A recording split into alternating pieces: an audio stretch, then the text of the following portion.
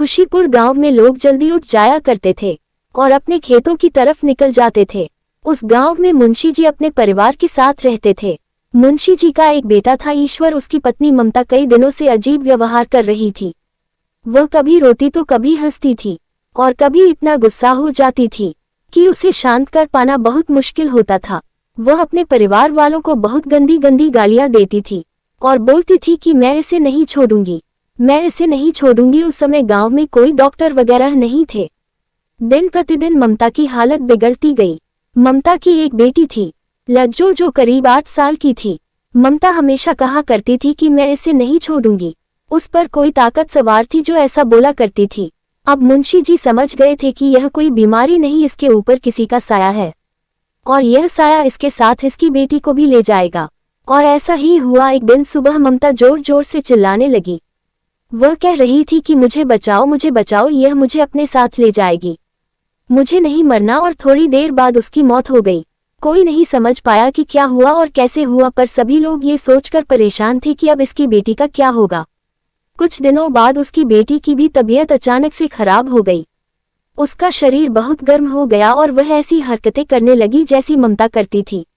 उस समय गांव में एक बाबा आए हुए थे, या यूं कहे कि साक्षात भगवान बाबा बन के आए। लज्जो को बाबा के पास लेकर गए। बाबा ने कुछ मंत्र बोले और एक रुद्राक्ष की माला उसके गले में डाल दी और कहा, इसे कल लेके आना। घर पर जाते ही उसकी तबीयत में सुधार आने लगा। अब वह नॉर्मल होने लगी। उसे अगले दिन फिर ले गए बाबा के पास।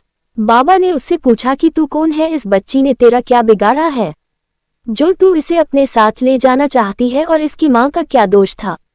अब लज्जो एक औरत की आवाज में बोलने लगी, मेरा नाम कुंडी है और मैं पास के जंगल में रहती हूँ। पास के जंगल में एक बहुत बड़ा बरगद का पेड़ है जिस पर मैं रहती थी। इस लड़की की माँ ने वहां पर पेशाब किया था और इस बात से मुझे बहुत गुस्सा आया और इसीलिए मैंने इसकी माँ को अपने बस में कर लिया। बाबा ने पूछा कि इसमें इस बच्ची का क्या दोष है, तूने बदला लेना था इसकी माँ से, वह तूने ले लिया। अब इस बच्ची को क्यों तुम अपने साथ ले जाना चाहती हो।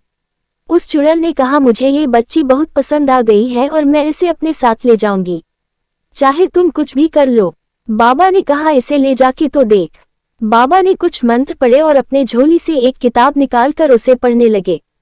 उस चुड़ैल ने कहा, इसे बंद करो, इससे मुझे तकलीफ हो रही है। और वह चुड़ैल उस लड़की को छोड़कर खेतों से होते हुए उस जंगल की तरफ भाग गई। बाबा ने एक माला निकाली और उस लड़की के गले में पहनाते हुए उसके परिवार वालों से बोला कि इस माला को इसके गले में बांधे रहने देना। उसके बाद से लज्जो एकदम ठीक हो गई।